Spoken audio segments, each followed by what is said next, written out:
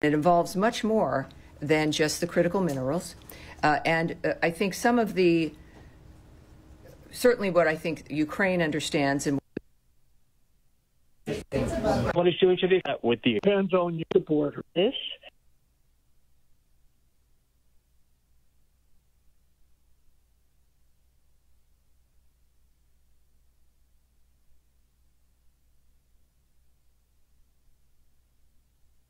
The homeowners insurance has skyrocketed as a result of the hurricanes, which has increased. Better put my phones on Do Not Disturb. Hi, Matt. Hey. Happy Thursday. Happy 101st day. Okay. Happy May Day. Happy the beginning of the second 100 days. That's right. I'm sorry, ma'am? Started with a blast. It did, didn't it? It did, so to speak. All righty. I hear it's beautiful outside. I wouldn't know. Well, you know, we could do these outside. You know, we could. As a matter of fact, we could. Don't tempt me. Lincoln Memorial's close. It is, and then that beautiful garden atrium area that no one's in at the C Street entrance of this lovely building with a lovely statue. I'm recommending tables and umbrellas and chairs, vitamin D. Be a lot of that. All right, you guys. So thank you all very much for being here. Happy May. May Day celebrated in a very different way in my world than the usual May Day. But yes, thank you everyone for being here. We do have an announcement here at the top as well. And let's get started, and then I'll be taking your questions. I won't answer all of them, but I'll be certainly taking them. We're going to try. We're going to try. That's always my effort. All righty. So as President Trump passes 100 days in office, he continues to deliver for the American people. President Trump has nominated, and the Senate has confirmed, more key foreign policy leadership positions in his first 100 days than during the same period of any of the last 4 administrations. On Tuesday, Tillman Fertitta has been confirmed by the Senate as our new ambassador designate to Italy and San Marino. Yesterday afternoon in the Oval Office, Secretary Rubio swore in Warren Stevens as the new U.S. ambassador to the United Kingdom. Thomas Barak also took the oath of office yesterday as the new U.S. ambassador to Turkey. And David Perdue took the oath of office yesterday as ambassador to the People's Republic of China. President Trump selected each of these talented individuals as his ambassadors to advance U.S. priorities in each of those countries. Yesterday, Treasury Secretary Bessent also announced the signing of a historic agreement to establish the U.S.-Ukraine Reconstruction Investment Fund. This economic partnership marks a significant milestone in U.S.-Ukraine relations. This initiative will attract private sector investment, create jobs, develop secure supply chains, and drive economic growth, providing a solid foundation for Ukraine's recovery from the war. President Trump envisioned this partnership between the American people and the Ukrainian people to show both sides' commitment to lasting peace and prosperity in Ukraine. With that in mind, President Trump and Secretary Rubio have identified Ambassador Julie Davis to serve as the chargé d'affaires in Kyiv during this critical moment as we move toward a peace agreement to stop the bloodshed. Ambassador Davis is a distinguished career member of the Senior Foreign Service, holding the rank of Minister Counselor. With a robust background in international diplomacy, she has served in pivotal roles over the last 30 years. Ambassador Davis is currently serving as the United States Ambassador to Cyprus, a position she has held since February 2023. This moment in time is one that calls for the department's best, and Ambassador Davis is the President and Secretary's choice. Also, a quick point of personal privilege. In 100 days, I and the spokesperson's office have had 100 press engagements. This is on top of the Secretary's unprecedented transparency in interviews, gaggles, and other press. The Trump administration is, as we now can tell, the most transparent administration in history. And this matters because it allows the American people to not just see what's going on, but which they, of course, deserve, but to be a genuine part of it. It's also a reminder to all of us who is in charge here, the American people, tapped President Donald Trump to represent them in this historic endeavor. And with that, I will take as many of your questions as I possibly can. Yes. you want to do yeah, well, let's do it. We'll talk to Andrea Mitchell. Yes, ma'am. Would the Secretary consider a request from the President to replace Mike Walls temporarily or in another fashion, if that is something that the President thinks would be good for the country? Is that something that the Secretary would consider? I'm not going to jump ahead of thinking what the Secretary might say or do in any context. What we do know is that the President is, in fact, the one who is running this country. It is his leadership and vision that has set the tone and the trajectory and the policy. He has put together a cabinet that understands and operates within a commitment to the nature of the President's vision. And we do know, of course, within all aspects of this, especially with foreign policy, there has been tremendous success in our foreign policy, and of course it continues. And that is a dynamic that's not going to change, but is a result of President Trump's vision and his day-to-day work in making the situation possible and functional. And of course, I would say certainly with what we've done in 100 days with getting people to the table, the nature of what is happening with the Houthis, the fact that Iran is at the table.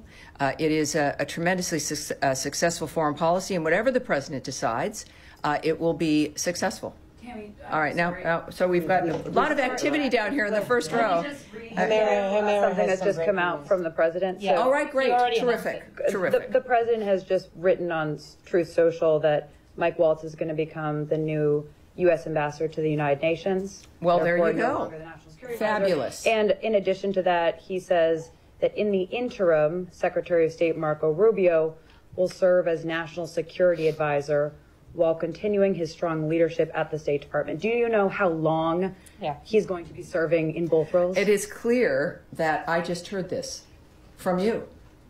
This is the magic. No heads up that this was coming today? I have some insights as to the potential of certain things that might happen. But when the President, and this of course is all presidential decisions, right? So I'm with the State Department. It is, as I think would be clear to all of you, you don't want to get ahead of your skis in drawing conclusions or speculating about what may occur. And you can have a general sense of what's possible, and then you see that manifest usually. But I think the one thing I've learned is that things don't happen until the President says they're going to happen. So the fact that is, which was obviously Truth Social. Yeah, so that is the miracle of modern technology and the social media. So that is an exciting moment here. I think that, as I know Secretary Rubio, this is a man who, as I think you all know, has worn several hats from day one in managing the nature of what's happened here at the State Department, at USAID. And he's someone who is well known by the President. The President makes perfect assessments about who would implement his agenda. And in this case, he's chosen certainly the Secretary and Mr. Waltz to facilitate his agenda moving forward. Not entirely surprising, I have to say, and good news for the American people. You had some insights that this might happen. Could you just well, I think on that a little bit? No, I can't. But thanks for asking. Do you have any? How from the insights that you do have, knowing the Secretary, Sure, and knowing this building, how do you see this working, and what advantages do you see with Secretary Rubio's experience in this new role? Well, and also his experience certainly in the Senate for so long. He knows everyone in the city. He knows how the city and how the departments, how the government works. He has a great connection, certainly with, as a senator, with his constituents here in this building, with the people who work in this building, and with the American people now as they get to know him. So his experience also, really, we've seen him be at the White House several times a week. His close working relationship day to day with the President happens for a reason, because they work well together. They clearly have been in an environment where they've gotten to know each other very well. And we've seen the Secretary operate with, we have to admit, these last 100 days, it's like hanging on to a freaking bullet train. I mean, it is a fast dynamic with people who have a journey that is set with a goal that has been determined, and it's staffed with men and women who understand what the agenda is and how to get it done. Now, this is obviously the president knows everybody in his cabinet, and all those cabinet members have staffs, and every department has people that he gets to know and that make a difference in how the departments work. So when we think about how is Secretary Rubio going to do this, well, it's like, how does President Trump run the United States? You have people around you. It's not just you, right? These aren't single individuals working every day and you pulling the levers. It's about managing people. It's about assigning people to the right roles, as the president has just done. And if anybody can do it, certainly with the secretaries I've gotten to know him, it will be Marco Rubio. So, Tammy, All right, now, were you finished in the sense of when you get to this, I did want to ask you about the Houthis, because Secretary Hegseth had a very sharply He did. So worded let's do this. If we're, are you going to continue on this line? No, we're going to move on. All right. So we're going. Well, we've done 3 and 4, and I know. Look, this is and you are going to be all writing stories that I'm going to be fascinated to read. But I think that's pretty much as I can say about the nature of what's going to happen from this point forward today. And so let's go ahead with Andrea and see what else. The Houthis. Presumably, Deputy Secretary Lando would step up to the daily management here at State. Is this a temporary? The Secretary Rubio is a very involved, energetic man. Many of you have traveled with him. You see what he's capable of. The American people have seen it. And there's been no point where there is a question about whether or not he could do something or how is he going to manage it. So there's no question about that. But he's not a man who does things in a partial way. And he would not have accepted an assignment if he didn't think he could do it. And he's, of course, working both. With that said, I can tell you that the other leadership in this building, as a newbie to politics, are remarkable. And certainly Deputy Secretary Christopher Landau, never met him, never knew him, and he chairs certain meetings. You see him in the hallway. This is a man with an extraordinary experience, cares about the individual, has a terrific sense of humor, it asks all kinds of questions, and is one of the most transparent people I've met. He's also very, very good at his job with the diplomatic aspect and moving policy forward. He's a remarkable person. And I think you will, whatever had happened today, you would see more of him. And there's dozens of people in a framework of leadership in this building that have made me comfortable to accept this job, to be in this job, to speak to you in this manner. And the Deputy Secretary is one of them, but there are dozens of others as well who I have faith in. Kissinger model, who is the only other president that I know of who has done both the State Department and... Well, I guess we're going to have another one. All righty. Now, Matt, let's go. No, wait. let them go. Oh. Because I don't think you're going to have anything to say.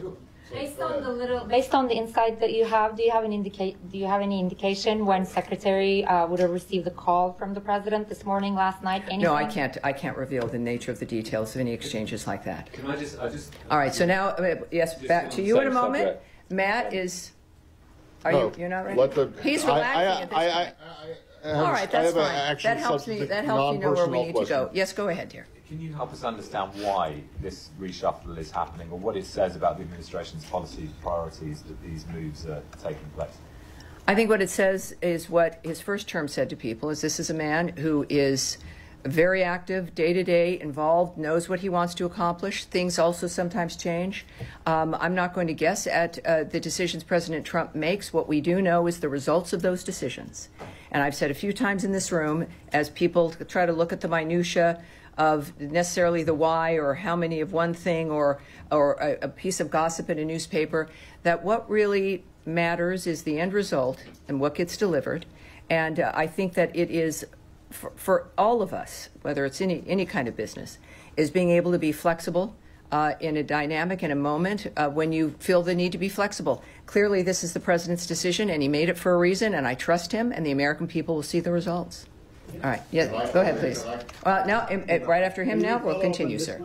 Go ahead. Yeah, go ahead. Thanks so much. In light of your topper on Ukraine minerals deal, I have two questions. May I please get your response to Russian reaction? As you know, Medvedev criticized the president for a deal and called Ukraine, quote unquote, a nation that will soon disappear. I'm not going to comment on that particular remark. What we do know from this deal and what the president has said and what has been made clear now in this arrangement is that it cements a partnership, an economic partnership between the United States and Ukraine. And it is something that also speaks to the nature of how Ukraine will rebuild after this catastrophe.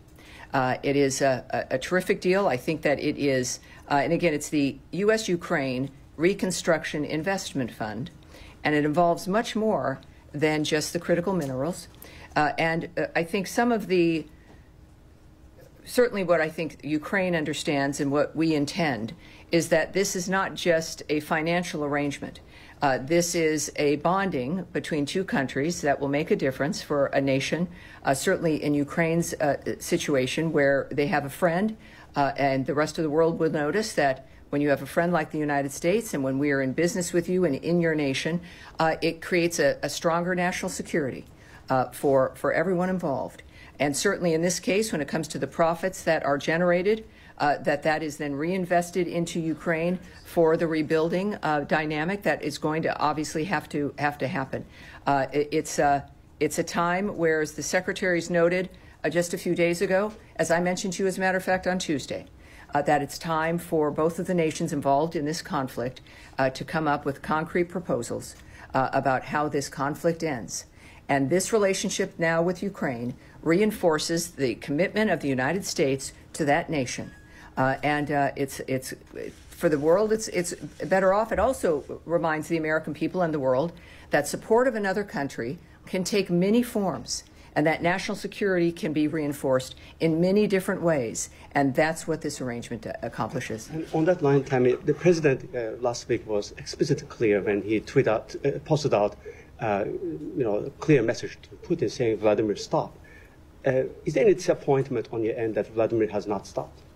Well, this is, again, why the president is the president. The American people wanted Donald Trump in office. He has shown, certainly in his first term, that he is willing and capable of taking the action that's necessary to achieve his goals. He has done more than one would expect on the issue of diplomacy because he truly believes that people can come to a decision here to stop carnage and a meat grinder in that area, and for the world and for the American people to see what that outreach has been and how certain people have responded, which then clearly informs the president and those who work with him, including Secretary Rubio, about the decisions that they need to make. So I think that it's certainly the secretary has been clear that we are watching Putin's actions, right, not his words, and in the process, he's refined a very specific timeline. Weeks ago, it was weeks. A few days ago, it was days, that this would be a pivotal week. And look at that, it has been. All right. Yes, yes, sir. Thank you very much, Sami. Last week, I had the opportunity to attend the Kurdistan National Prayer Breakfast in Erbil, which was attended by 800 guests from around the world, particularly from the U.S. My question is, what is your view of such an event and of religious freedom in the Kurdistan more broadly? I have many opinions about that, which I can't speak about here, of course, at this podium. So on the issue of the event, if we want some answers and some commentary from the State Department, we'll send that away for you, but we'll take it from there. Here we go. Sean? Sure. Thanks, Mr. Shabaks. India, Pakistan. Yeah. The Secretary made calls yesterday to the Indian External Affairs Minister and the Pakistani Prime Minister. I know you issued readouts of that, but what's your take on how things have gone since then? Were there asks of the two sides? Do you think his calls for de-escalation have been taken to heart? Again, the details of what has transpired in those conversations, spoke with the foreign ministers of both countries, of course, but we've also spoken to not just the Secretary, but there's been communication at all levels in that regard. And there is a few more things, though, that I do have for you, and I want to make sure I get to them as we watch this unfold. It's not unfamiliar to us regarding the region. Obviously, it does continue to evolve, right? That's something we've all seen. We are monitoring closely. Yesterday, for those of you who were unaware of this, the Secretary spoke with Indian External Affairs Minister Jay Shankar and Pakistani Prime Minister Sharif. As the President articulated to Prime Minister Modi last week, the United States stands strong with India against terrorism, and Prime Minister Modi has our full support. The Secretary encouraged both countries to work toward a responsible solution that maintains long-term, I should say, let me correct that, a responsible resolution that maintains long-term peace and regional stability in South Asia. We continue to be in touch with the governments of both countries, as I mentioned, at multiple levels.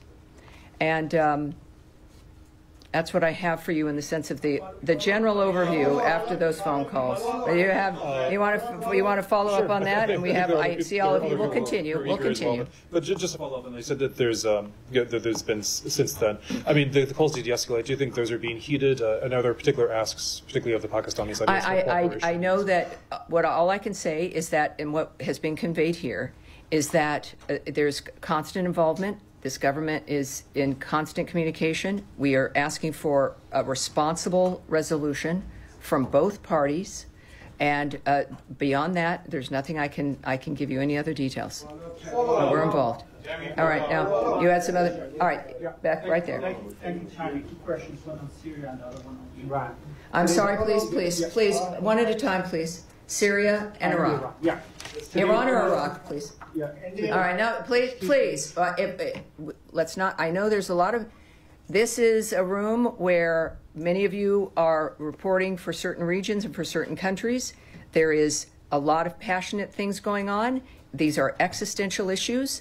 I'm in a position where I think many of you know me to some degree, where the decorum has to be maintained for us to be able to have these kinds of conversations. And I want all of you to be in here. And I want all of us, as much as we can, to speak about these issues. So please be patient. And sometimes people leave here unsatisfied. Other people leave here early because they're unsatisfied early on. But we are doing our best, and I'm representing an entity that is working constantly on the issues you all care about, and that everyone watching around the world cares about. So let's proceed here. Yes, sir. Now, let's not continue with the interruptions. For the sake of your colleagues, let's take some time and allow your colleagues to participate here. Thank you. Go ahead. Thank you so much, Tammy. Let's start with Iran. Today, the Omani foreign minister announced that the fourth round of the indirect talks with Iran has been postponed. Can you confirm that it's postponed or it's cancelled? And then what would you have to share on this with us? And the second one, do you have any reactions about the sectarian violence against the Syrian Jewish population, with 2 days of deadly clashes near Damascus? Has left over 100. I can speak to both of those. This is what I can say about Iran, is that the United States was never confirmed to be participating in a fourth round of talks with Iran, which people had believed were Saturday in Rome, despite what there had been some reports. The timing and the venue had yet to be confirmed. I think, again, I would say this is a fluid situation, and I'm obviously saying things to you that are somewhat indistinct, but we expect another round of talks that will take place in the near future. So those details, that's what I have here, is that's what I can tell you. And we aren't, though, going, of course, as you might imagine, going to get into the details of any of the negotiations themselves. So and that was about, of course, the sectarian violence in Syria. Yes, so let me, let's get to this here. We, as we always are in these regions, we're closely monitoring, so we're aware of this, to say the least, including the recent violence against members of the Druze community, so that we are watching that for sure. We urge the interim authorities to hold perpetrators of violence and civilian harm accountable for their actions and ensure the security of all Syrians, every single one of them. And it is, that's all I can say. That's all I can say on that. All right. All right. All right. Go. Yes, sir. Thank you, Tammy. Two questions for you. Number one, Trump administration, first term and second term, is a foundational part of foreign policy. We'll talk to anybody, whether inviting the Taliban to Camp David or King Jong-un or Putin or whoever. It's no secret the Syrians are here in the States for talks with a lot of people. Why is the Trump admin kind of tiptoeing around the subject of meeting with the Syrians this week? I don't think it's about tiptoeing. I think it's about you know, what's appropriate. I can tell you that Department of State officials met on April 29th with the Syrian interim authorities in New York. But just like any meeting with anyone, we're not going to tell you the details of that. As a general matter, we, as some of you might not know, but we don't comment on private diplomatic conversations. That would kind of ruin the point of them. We continue, though, we can tell you, to urge the interim authorities to choose policies that reinforce stability for Syria's citizens, assure peace with Syria's neighbors, develop Syria's economy, and result in good faith cooperation with the international community. And any future normalization of relations or lifting of sanctions, as an example, which we are asked a lot at this podium, will depend on the interim authorities' actions and positive response to the specific confidence-building measures we have communicated. And those are that they should fully renounce and suppress terrorism, exclude and remove foreign terrorist fighters from any official roles, prevent Iran and its proxies from exploiting Syrian territory, continue taking steps to verifiably destroy Assad's chemical weapons, assist in the recovery of U.S. and other citizens who have been disappeared in Syria, and ensure the security and freedoms of Syria's religious and ethnic minorities. I appreciate you That's confirming it. the meeting. Humira. Thank you. Yes. Thank you, Tammy. I actually have a follow-up on that. So Okay. those were the demands that U.S. basically sent to the Syrian interim authorities. And then they sent back in writing a response saying, we have done some of these things, and then we're working on other things. So what is the U.S. assessment at the moment on Syrian interim authorities' progress? And was there any... because they want a clear roadmap for permanent sanctions relief. Was that somehow like discussed in that meeting, and did you guys give them a clear timeline on when that would happen? Obviously, I can't tell you that, but you got to ask. I understand that. Look, I think we can all determine what the framework is and if it has been met when there's action. So I don't want to. I can't say what I was just going to say, because it was, no, I know I could, but I won't. I shouldn't. And so there's things you can do, and then there's things you should do. So it does sound like the U.S. is not that satisfied. Do not draw conclusions, which sometimes people tend to do. My point is that if you're wondering, when our requirements, of which I've detailed some of, are met, you will see action from this government. If there is no action from this government, we would have to presume that that's, that certain things haven't been met yet. As far as to what was discussed in New York, that can't be discussed. I certainly have not been told what the details are of that particular meeting. And if I was, even though you're wonderful, I would not share it with you. I'm sorry. All right. Yes, sir. Yes, sir. Yes. No. But yes, in the white shirt. Yes, sir. I'll move to Gaza if you don't mind. Of course, please, sure, certainly. For 2 months now, there have been a blockade of Gaza, that no aid is coming in from the Israelis. There is so many reasons for that, I understand. But the president a few days ago said that food and medicine should enter Gaza. Yes, he did. He said more than that, even. Yeah. But the Israelis are not, doesn't seem that they are listening yet. I mean, food is still not there. There is a lot of signs inside Gaza, according to a lot of international organizations, a sign of famine growing in Gaza. Fear of famine is growing in Gaza. But the administration is doing more to push or pressure the Israelis to allow. Well, obviously, at this point, we've, as I've noted, we've always we have a policy. We want the aid to resume. We want humanitarian supplies and assistance to resume, as long as it can be safely, moved in, and there's no looting, and people aren't getting mugged, and it's not being stolen. And I mean, there are some standards about when you're going to send somebody into essentially a war zone, and I don't think that's a very high bar. At the same time, what are we doing? Well, the President of the United States is engaging in this as well. We have wonderful envoys, people who have changed the world and saved people's lives and get the impossible done.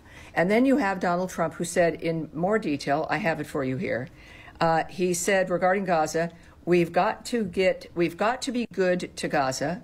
These people are suffering. There is a very big need for medicine, food, and we are taking care of it. How that is manifesting, and we talked about this a little bit on Tuesday, I can't give you those details. But when the President of the United States is describing and effectively announcing that action is being taken, and especially this president, you know that is happening. The details of which I can't share with you. I know that, of course, we stand with Israel. They are one of our greatest allies. Our relationship with them is excellent, and we work with them and support them in what their needs are. But in this case, I think we have the best answer regarding the attitude of the United States, and that comes from President Trump. Yes, sir. Behind you, sir. Behind you, sir. Yes, behind you, sir. Sir, this is not going to end. Saeed, Saeed, we will, please, I've never had to do it. Saeed, I've never had to do it, and I will do it. Saeed, there are many other people here, obviously many also who have concerns about the same city or have different kinds of questions and want the same kinds of answers. This is not the 5th grade. This is the State Department of the United States. You're here. It is a privilege. I like, Saeed, I see you during the gaggles and every day, and I like you very much. And I understand your passion, but you are not directing this conversation or this room. Thank you. Yes, sir, please go. Do you believe that the recent mineral deal with Ukraine sends a clear message to those who have accused President Trump of being sympathetic to Russia? Yeah, I think that there's a lot of media that goes on when you're dealing with issues of negotiations. The answer, of course, is not to not speak to people. And that was the idea and the theory for the last administration, where Russia wasn't spoken to for at least 3 years. And so even a lot of heat of the idea of speaking to Putin. There was a lot of heat when he went to visit Kim Jong-un. But Secretary Rubio is very similar when it comes to what President Trump's view is that people have to be spoken with, face-to-face, one-on-one.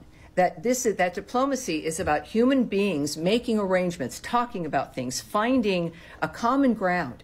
And you really, in all honesty, I know we got used to a lot of non-human contact during COVID, and that is one of the biggest disasters to hit humanity that we can imagine that was enforced on us. So it is now clear that there is a commitment and an understanding of the importance of this kind of diplomacy.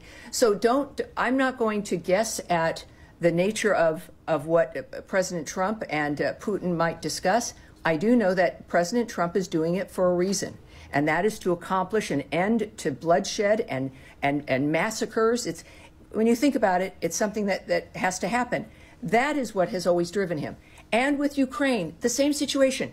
You have the president of that country in your house in the Oval Office. You're supposed to have signed this deal that day when President Zelensky decided that was just not going to happen, I guess. And yet it didn't end the relationship. They meet in Rome. They sit down with each other. And then this happens again. We know this is important to all of us and to those men and the women as well involved in these negotiations. But it is something that is with a goal to solve something. And I don't think we should look at the minerals deal as a statement about Russia or if you talk to Putin on the phone, it's not a statement about something else. Trump has been very clear about his mission, and that is how we should look at through that lens. All right, yes, Andrea, again. Just a quick follow-up on that. The president did indicate on his way back from the Vatican that he would consider secondary sanctions if Russia kept bombing. He did. Russia has kept bombing, hasn't agreed to the ceasefire, and he's now apparently agreed to secondary sanctions on Iran, on people who do oil business with Iran.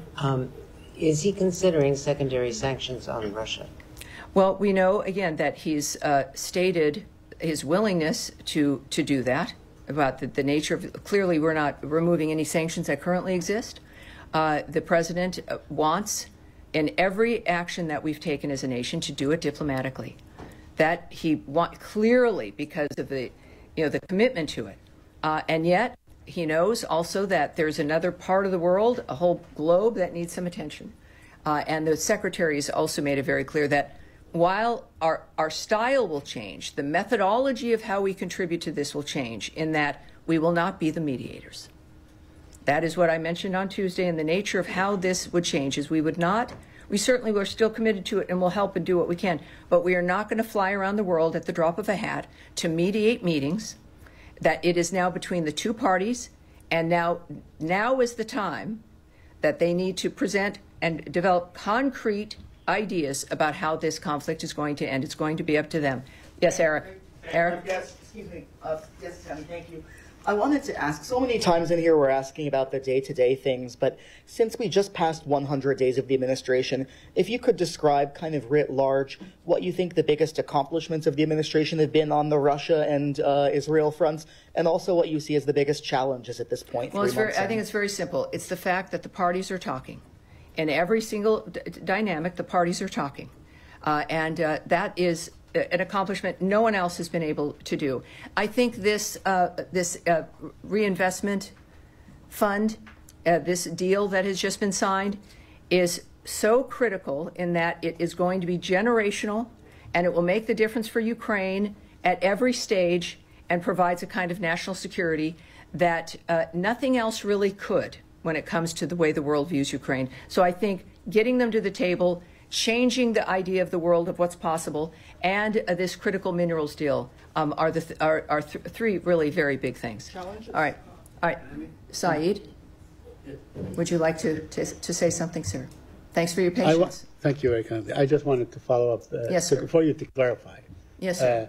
You said that aid was not going in because of security issues that they No, cannot I said provide. that we want the aid to go in and support humanitarian aid, as long as there are guarantees regarding looting and safety and all. I think that's reasonable. Okay, yeah, I understand. I Yes. just want you to confirm that that is the reason. Well, I'm not saying, no, I'm describing our standard. I'm not giving you a reason for something, sir. Because you know, in the past, when the war was full scale, let's say before the ceasefire, aid was still going in, and security was provided for the aid to be distributed properly and so on. So there is basically, like a pattern for that. There is a system and agenda for that. Yeah, yes. That's all I wanted. I'm sorry if I seem to Well, no, interrupt I appreciate that. Thank you. Yeah. But it's important to know that I will manage the room in any way that I need to. And I really don't break my heart for needing to do it in a way that I'd prefer not to. In the back, sir? Yes. Yes, sir. Yes, you. There are 9 wrongfully detained U.S. citizens in Venezuela. Their families are asking for engagement, or at least that the administration do something to get them back. Is it true that Special Envoy Claver Caroni is engaging directly with the Maduro regime for some kind of exchange, maybe Venezuelans in El Salvador for these 9 U.S. citizens, or what is the engagement? Well, I cannot speak on any alleged or real diplomatic efforts of what's happening, and certainly not just that situation, but any other situation either. Yes, dear. Thank you. Related to 100 days, so wrongful detention. Yesterday, the secretary, he said, quote, the first 100 days of the 47th presidency, 47 wrongfully detained Americans have been returned to the United States thanks to the president's leadership. I just wanted to ask whether he was aware that wrongful detention is a specific determination made by the State Department, and that it involves looking at the criteria within the Robert Levinson Act to determine whether a case of an American detained abroad is wrongful detention, or whether that term, wrongful detention, has now changed under this administration to encompass a bigger group of Americans detained abroad, even if they don't fit that criteria. Well, I believe he has a tweet out that refers to 47 unjustly detained Americans. And so that's what I'll speak to here. And that is, of course, a correct number. It will be higher, I believe, soon, including in Afghanistan, Russia, and Venezuela, through diplomatic efforts. These are huge wins for the United States, and it is because of President Trump's leadership. What we can also tell you, I think this happened, was it yesterday, I believe? I'm pleased to report that President Trump has secured the release of another U.S. citizen, Joris Zenkovich, from Belarus. Since President Trump took office, he was released on April 30th and returned to the United States. We want to thank, of course, the government of Lithuania, who remain incredible allies and who have offered critical support to our efforts these past few months to bring more Americans home. All right. Thank you. And yes, sir. A follow-up on Iran. The Iranian foreign minister just tweeted that together with the Omani and U.S. interlocutors, we have decided to postpone the fourth round of talks for logistical and technical reasons. Can you confirm that the reason was logistical? Well, I can't confirm the details, or nor would I speak to what someone in Iran might tweet, no matter their position. But again, I said earlier, and I'll repeat it, that the United States was never confirmed to participate in a fourth round of talks anywhere. The timing and venue, there could be one in that it would take place in the near future, but we won't discuss the where or the when. So it's what the Russians would say, or what the Iranians might say, or anyone who would tweet is, of course, not something I can speak to. But I can tell you that from what our people say and what our envoy says, is that I guess something would take place in the near future, and as soon as we have those details, we'll let you know. And it's a very big day. That is going to be it for me. Thank you, everyone. It's a beautiful day outside, and thank you. It got very saucy in here, and I want to thank everyone for caring about their region and their issues, and I appreciate everyone behaving as much as they possibly could. Thank you.